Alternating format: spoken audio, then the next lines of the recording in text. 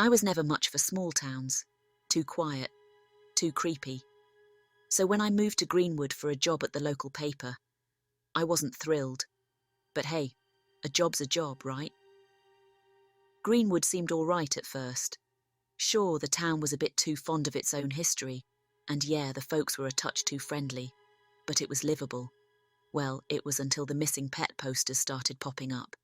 It began with Mrs. Thompson's cat, Paws, a cute little thing that had a knack for sneaking into everyone's garden. One day, Paws didn't come home. Mrs. Thompson was devastated. She made these really sad posters with a picture of Paws wearing a Christmas hat. They were everywhere, on lampposts, in shop windows, even at the gas station. Days turned into weeks, and more pets disappeared. A parakeet, a beagle, 2 turtles. Yeah, turtles. Who kidnaps turtles? The town was buzzing. Was it a predator? Some crazy pet napper? The mayor held a town meeting, and folks came up with all sorts of wild theories. Old Man Jenkins, the local kook, even said it was the Greenwood Goblin coming back to haunt us. Most people laughed it off. I mean, a goblin? Seriously? Then people started noticing something strange about the big oak tree at the town square, the one that had been around since forever and was the centerpiece of every Greenwood festival. It looked ill. Its leaves were turning an awful shade of brown, and its bark had an eerie, darkened hue. People said it was just a disease, but the tree seemed to be decaying at an unnaturally fast pace. Intrigued, and with nothing better to do, I decided to write a story about it. I started by talking to the town's tree expert, Dana. She was in her late 50s, gruff but kind. We met at the square, right under the dying oak. "It ain't natural," she said, examining a leaf. "I've never seen anything like it. It's as if the tree is rotting from the inside." "Is that even possible?" I asked. She looked at me, her eyes serious. "I've heard stories, legends really, about trees feeding off the life force of living beings. But that's all nonsense, of course." My reporter senses tingled. "Stories? Like what?" She hesitated. "Look, you're new here. There are things about Greenwood you don't know, things that are better left buried." "But what if it's connected to the missing pets?" I pressed. She sighed. "Fine. But keep this between us. They say that back in the 1800s, Greenwood was home to a witch. She was accused of using dark magic to drain the life from animals and plants.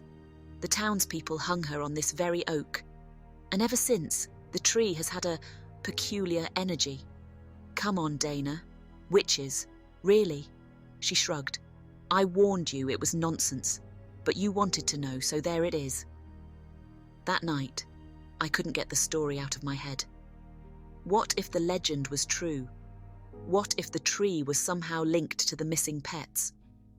I decided to do some late-night sleuthing. I grabbed my flashlight and headed to the town square. It was past midnight. The square was deserted, the only sound the rustling of leaves. I reached the oak and shone my flashlight on its trunk. What I saw made me gasp. There was a hollow at the base, big enough for a person to crawl through. My heart pounding, I got on my knees and peered inside. The hollow was deeper than I expected, extending into darkness. But what really caught my eye was the inside of the hollow. It was covered in deep scratch marks, as if something, or someone, had clawed at it frantically. Then I heard it. A faint, guttural growl coming from deep within the hollow. I froze. The growl grew louder, closer. My hand shook, my flashlight flickered. And then, a pair of glowing eyes appeared within the hollow, staring right at me. I bolted. I ran as fast as I could, not looking back until I reached my front door.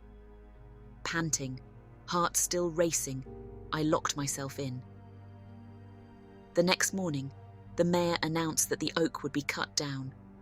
"For safety reasons," he said. But I saw Dana in the crowd, and the look she gave me said it all. We both knew the real reason.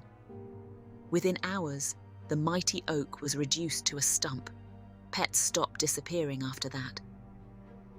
The town returned to its peaceful, cheery self, as if nothing had happened. But Dana and I never spoke of it again. Some secrets are better left buried. And as for me, I got my front page story, although I left out a few details. Let's just say Greenwood and I now share a secret, one that I have no intention of uncovering again. Because every time I pass that stump in the town square, I can't help but wonder what was lurking inside that hollow, and more importantly, where it is now.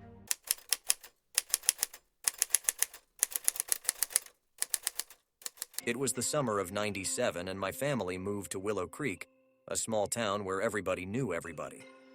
At first glance, it seemed like a peaceful place, tucked away among rolling hills and thick woods. The kind of place where kids ran around barefoot and no one locked their doors. But something felt off from the moment we arrived. My little sister Sarah noticed it too. She whispered to me one night, "Do you ever feel like we're being watched?" I thought she was just scared of the new place. "You'll get used to it," I said, though I couldn't shake the feeling she might be onto something.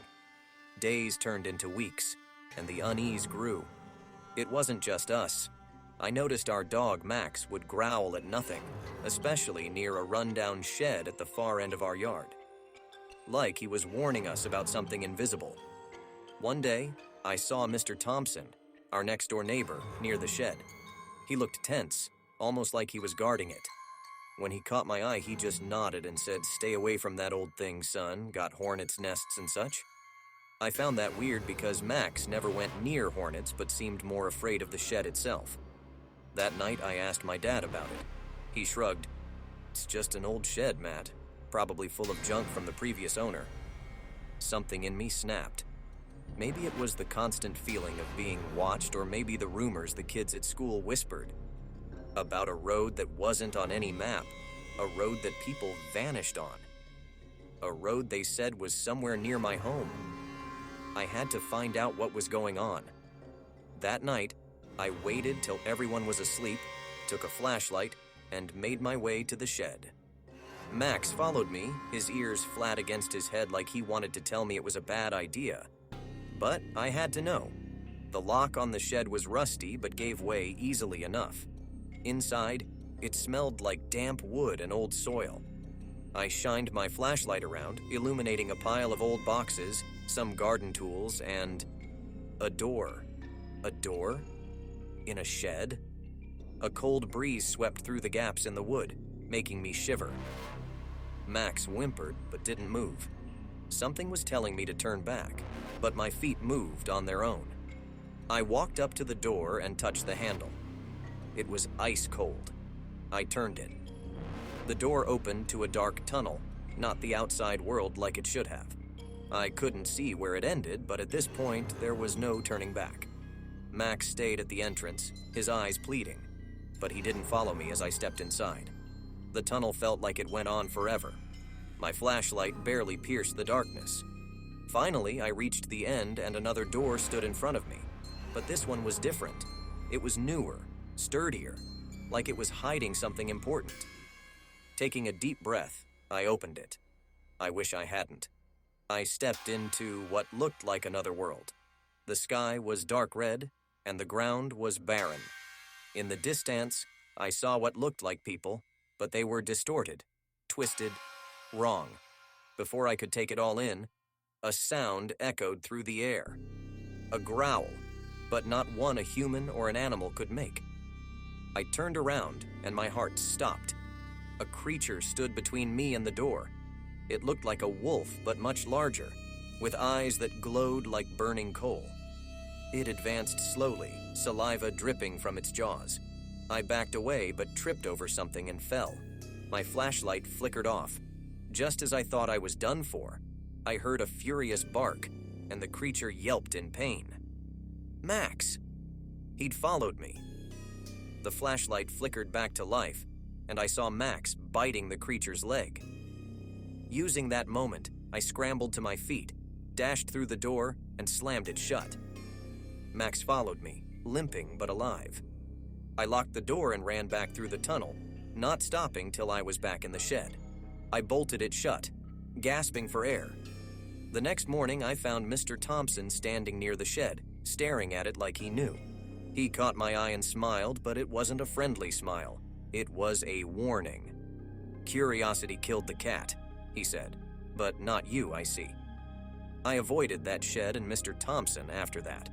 We moved away a year later, but the memories stayed. I never told anyone, not even Sarah, what happened. Some secrets are best left buried.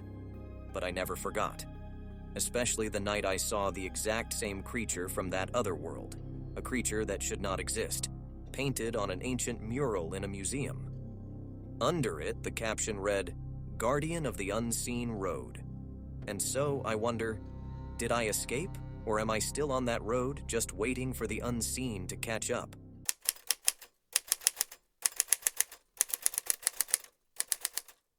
You ever live in a small town? Not the kind of place that shows up on a map but is small enough that you know everyone and everyone knows you. Well, that was Otter Creek for me. We had one grocery store, a rundown gas station, and rumors, lots of them. You know how it is. Folks have to have something to talk about when life is slow.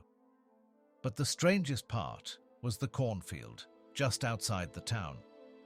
Nobody ever went near it after sundown, not if they were smart. People used to say it was haunted, filled with bad juju, whatever that means.